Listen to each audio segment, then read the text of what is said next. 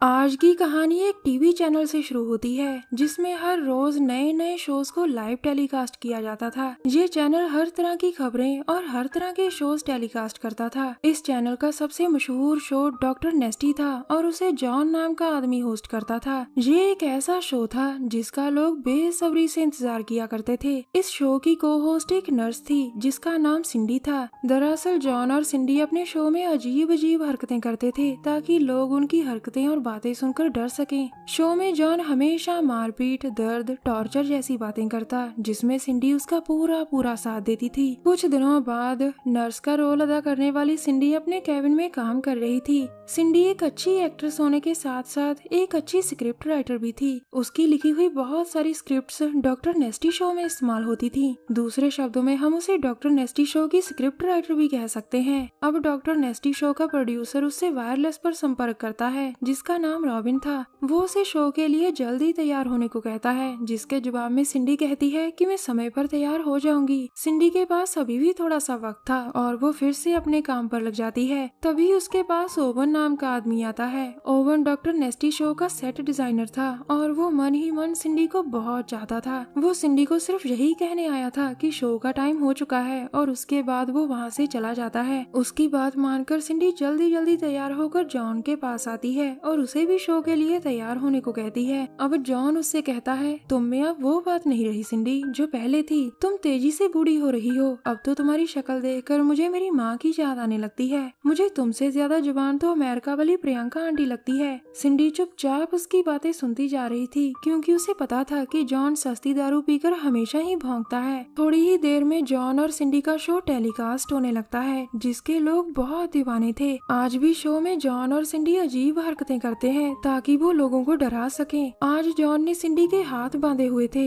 और वो लोगों को डराने के लिए सिंडी को मारने की एक्टिंग करने लगता है। आज शो का प्रोड्यूसर रॉबिन भी स्टूडियो में था और वो भी शो देख रहा था। अचानक शो के दौरान जॉन सिंडी से कहता है तुमसे ज्यादा सुंदर तो प्रियंका आंटी है। जब तू बूढ़ी हो जाएगी तो तेरी शक्ल देखकर लोग अपना टीवी तोड़ दिया करेंगे। ये सुनकर सिंडी उसे स्क्रिप्ट के अनुसार बोलने को कहती है जिसके बाद जॉन कहता है मुझे तो लगा था कि मेरी बातें सुनकर तुम अपने आप ही शो छोड़ दोगी लेकिन मैं बिल्कुल गलत था। इतना कहकर वो सिंडी को सच में मारने लगता है और ये सब देखकर सभी बहुत हैरान होते हैं। जॉन लगातार सिंडी को पीट रहा था और तभी ओवन आकर उसे रोकता है। अब रॉबिन वहाँ आकर सबको शांत रहने को कहता है जिसके बाद ओवन जल्दी जल्दी सिंडी के हाथ खोलता है। सिंडी आजाद होते ही जॉन को गालियाँ देती है लेकिन जॉन कहता है दूर हो जा मेरी नजरों से आंटी। रॉबिन फिर से दोनों को शांत करता है जिसके बाद सिंडी वहाँ से चली गई थी। थोड़ी ही देर बाद सिंडी कपड़े बदलकर अपने कैबिन में बैठी थी और उसका हालचाल पूछने अब उसके पास रॉबिन आता है। वो रॉबिन से कहती है जॉन पूरी तरह से पागल हो चुका है और उसने मुझे सबके सामने मारकर मुझे जलील किया। तुम्हें आज ही उसे शो से निकाल देना चाहिए। लेकिन रॉबिन कहता है कि मैं उसे नहीं निकाल सकता क्योंकि मैंने उसके साथ कॉन्ट्रैक्ट कर रखा है। रॉबिन की बात सुनकर सिंडी कहती है कि अगर जॉन शो में रहेगा तो मैं ये शो नहीं करूंगी। इतना कहकर वो अपनी पैकिंग करने लगती है। उसे रोकने के लिए अब रॉबिन कहता है तुम्हें पता है कि मैं तुमसे कितना प्यार करता हूँ और तुम्हारे बिना रह नहीं सकता। मैं वादा करता हूँ कि मैं जल्द ही जॉन को किसी तरह शो से निकाल दूंगा और फिर मैं तुमसे शादी कर लूंगा।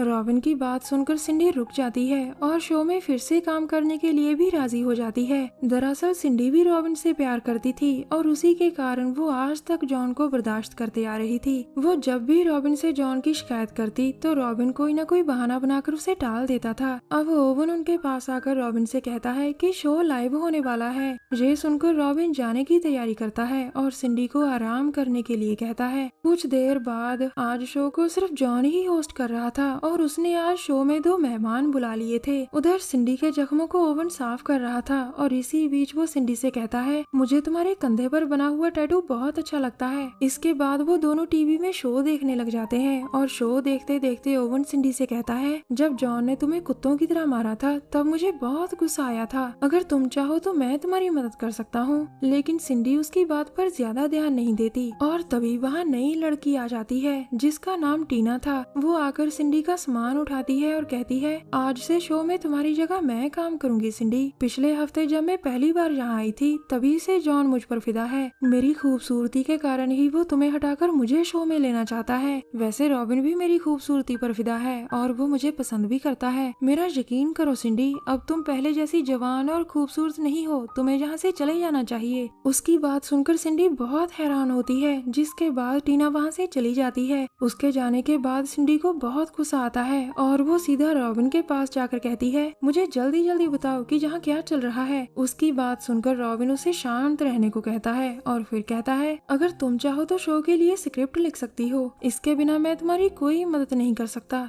ये सुनकर सिंडी को और भी गुस्सा आता है और वो वहाँ से जाने का फैसला करती है। रॉबिन उसे एक बार फिर रोकने की कोशिश करता है और उसे रोक कर कहता है, तुम सच में बूढ़ी हो रही हो सिंडी, और अब मैं टीना से शादी करना चाहता हूँ। रॉबिन ने ये बात सभी लोगों के सामने कही थी, जिसके बाद सभी लोग सिंडी पर हंसने लगते हैं। उनके सामने रॉबिन एक बार नहीं कई बार सिंडी का मजाक उड़ाता है। रॉबिन से जलील होने के बाद सिंडी फिर से अपने कैबिन में आ जाती है। आज पहले जॉन ने उसे जलील कर सबके सामने मारा था और अब रॉबिन ने उसका सबके सामने मजाक उड़ाकर उसे जलील किया। सिंडी अच्छी तरह से समझ गई थी कि रॉबिन और जॉन किसी के काम की कदर नहीं करते, बल्कि वो तो सिर्फ लड़कियों का फायदा उठाना जानते हैं। सिंडी जिन्हें अपना अच्छा दोस्त मान रही थी, उनकी असलियत अब उसके सामने आ चुकी थी। इतनी बेइज्जती करवाने के बाद सिंडी को इतना गुस्सा आता है कि वो सभी से बदला लेने का फैसला करती है। और तो और उसने जिस शो के लिए कई सालों से मेहनत करी थी, आज उसे उसी शो से निकाल दिया गया था, वो भी ये कहकर कि तुम अब पहले जितनी खूबसूरत और जवान नहीं रही। अब सिंडी सबसे पहले रॉबिन को मारने का फैसला करती है, मगर उसे और टीना को तो पहले ही किसी ने रगड़ दिया था। रॉबिन और टीना की लाशें देखकर वो काफी डर गई थी। अब वो स्टूडियो में आती है, लेकिन यहाँ सिर्फ लाशें ही लाशें पड़ी थी। स्टूडियो में हर तरफ इतनी लाशें पड़ी थी कि जैसे ये कोई नर्क हो। ये उन लोगों की लाशें थी जो कुछ देर पहले सिंडी पर हंस रहे थे। अब डरी हुई सिंडी आगे बढ़ रही थी और तभी वो देखती है कि कोई जॉन को बहुत मार रहा है। उसे सामने देखकर जॉन उससे मदद मांगता है और तभी जॉन को मारने वाला ओवन कहता है, ये सब मैंने तुम्हारे लिए